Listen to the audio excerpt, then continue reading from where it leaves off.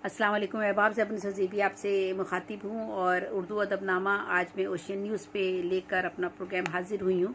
और इससे कबल हम मुख्तलिफ़ मौज़ूआत पर गुफ्तगू करते रहे हैं और आज हम जिस मौजू पर गुफ्तगू कर रहे हैं वो इल्म बयान की एक इस्तिलाह है किनाया।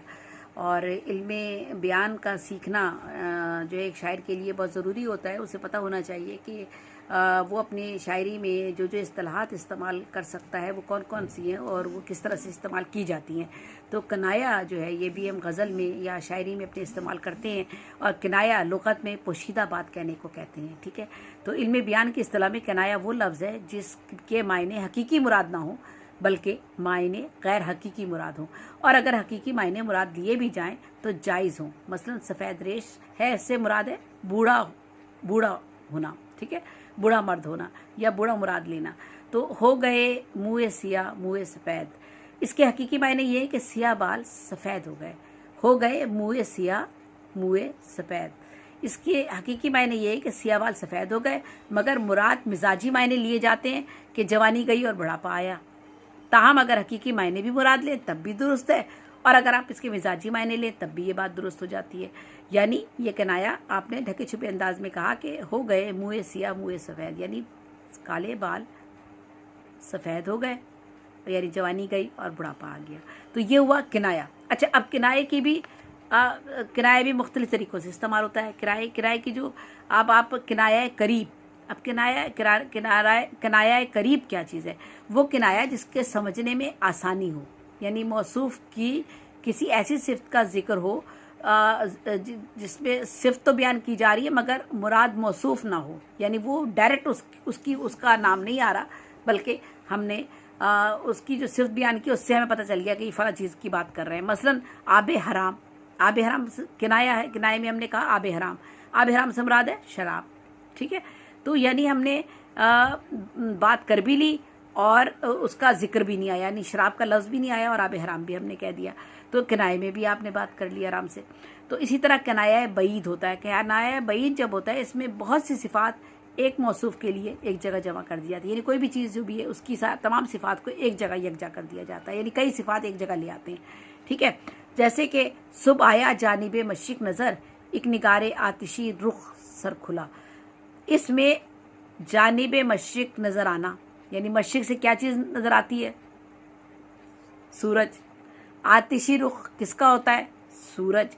सर खुला होना, एकदम से सामने नमदार हो जाना, कौन होता है? सूरज। तो ये तमाम सिफ़ात सूरज में मौजूद हैं। तो ये किनाया बईद कहलाएगा, जिसमें किसी भी चीज़ की तमाम सिफ़ात को यकजा कर दिया गया है और बज़ाहिर उसका हमने नाम नहीं लिया, लेकिन वो किनाये में हमने वो बात कह दी कि उसके अंदर ये खूबियाँ मौजूद हैं और उन सिफ़ात से हमने उस चीज़ को पहचान लिया। इसी तरह तारीज़ होता है, यानी वो किनाया जिसमें उस शख्स का जिक्र ना किया जाए जिसके मुताल्लिक कुछ कहना हो, बल्कि जैसे मसलन कहें कि एक नालायक आदमी को देखकर हम ये कह दें कि आदमी वो है जिसमें आदमियत हो। हमने उसको नहीं कहा कि वो कौन है, हम सिर्फ ये कह रहे हैं वो नालायक बंदा था, हमने उससे कह दिया आदमी वो है जिसमें आदमियत हो। इसका मतलब है ये तारीज़ है। किनाया में हमने बात कह भी दी और उसे पता भी नहीं चला कि हम उसके लिए ये बात कह रहे हैं। हम ही बदनाम हैं, झूठे भी हम ही हैं बेशक। ठीक है, कह भी दिया और आपने दूसरे पे रखकर, और आप उसको बंदे को पता भी नहीं चला कि आप उससे कह रहे हैं कि किसे कह रहे हैं। किनाये में आपने बात की। इसी तरह तलवी वो किनाया है जिसमें लाजिम से मलजूम तक दरमियान में कई वास्ते आ जाते हैं। ठीक है, मसलन ठंडा चूल्हा होने से, ठंडा चूल्हा होना किनाया है। ठंडा चूल्हा होना ठंडा चूल्हा होने से क्या मुराद है?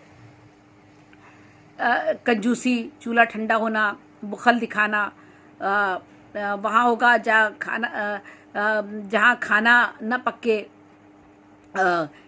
बुखल, कंजूसी, चूल्हा ठंडा वहाँ होगा जहाँ पर खाना ना पके, यानी चूल्हा ठंडा होना यानी खाना नहीं पक सकेगा घर में अगर कंजूसी है या बुखल है या पैसे नहीं है या चूल्हा ठंडा पड़ा है। तो ये हमने चूल्हा ठंडा होने से मुराद यहाँ पर जो है वो हमने इसमें ये तलवी है। और इसमें क्या है, इसमें कई वास्ते दरमियान में आए हैं और कुछ भी चीज़ हो सकती है जिसकी वजह से चूल्हा ठंडा पड़ा है, यानी चूल्हा ठंडा पड़ा है यानी वहाँ पर खाना नहीं पक सकेगा या वो काम नहीं हो सकेगा। मगस को बाग में जाने न दीजियो, क्या नाहक खून परवाने का होगा। मगस को बाग में जाने न दीजियो, क्या नाहक खून परवाने का होगा। ये आपने देखा, ये तलवी है, ये कई वास्ते दरमियान में आ गए। इसी तरह जब बे लाजिम और मलजूम के दरमियान जब ज़्यादा वास्ते ना हो और थोड़ी बहुत पोशीदगी हो जाए तो फिर उसके लिए कहते हैं, मैंने मजनू पे लड़कपन में असद संग उठाया था कि सर याद आया। संग उठाने से सर याद आना मुराद अपना ज़माना जुनून याद आ जाना, यानी वो ज़माना जब जुनून का ज़माना था। तो अब के जुनू में फासला शायद ना कुछ रहे, दामन के चाक और गिरेबां के चाक में। अच्छा, इसी तरह इमा जब ना वास्ते ज़्यादा हो और ना पोशीदा हो कोई बात ज़्यादा, शिरकत शेख व बिरहमन से मीर, अपना काबा जुदा बनाएंगे हम। काबा जुदा बनाना कनाया है, सबसे अलग रहना है। अभी तो दिल लगी की उम्र है संजीदगी कैसी, तुम्हारी उम्र को पहुंचे तो संजीदा भी खो लेंगे। अब ये देखिएगा, ये जो है ये इमा, यानी जब इसमें आपको वास्ते ना ज़्यादा नहीं है और ना ही कोई ज़्यादा पोशीदा बात है, बात आपको पूरी तरह समझ में आ रही है। तुम्हारी उम्र को पहुंचे तो संजीदा भी हो लेंगे। अभी तो दिल लगी की उम्र है संजीदगी कैसी, तुम्हारी उम्र को पहुंचे तो संजीदा भी हो लेंगे। तो कनाया एक इल्म बयान की एक इस्तिलाह है जिसे हम शायरी में इस्तेमाल करते हैं, और ख़ास तौर पे गज़ल में कनाए को, यानी ऐसी बात, बहुत सारे चीज़ें ऐसी होती हैं, बहुत सी बातें ऐसी होती हैं जिनको हम डायरेक्ट अगर बयान कर दें, यानी उनको वाज़ेह तौर पर हम वो लफ्ज़ इस्तेमाल कर लें तो वो बहुत मायूब लगता है शेर में। तो उस ऐसे मौके पर हम किनाया इस्तेमाल करते हैं, और किनाए की जो मुख्तलिफ इक़साम हैं वो सारी हम इसमें इस्तेमाल कर लेते हैं।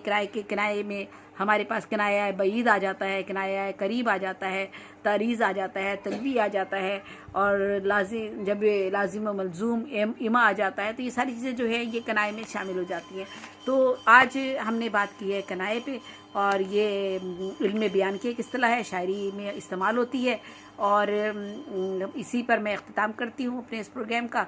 इजाज़त दीजिए ज़ैबनिसा ज़ेबी को उर्दू अदबनामा से। इंशाअल्लाह अगले किसी प्रोग्राम में फिर मैं आपके साथ हाजिर होंगी। ओशियन न्यूज़ पर शेर इमान साहब का बहुत बहुत शुक्रिया कि वो मुझे ये मौका मुहैया करते हैं कि मैं उनके चैनल पर आकर या उनके ओशियन न्यूज़ पर अपना प्रोग्राम उर्दू अदबनामा पेश करती हूँ।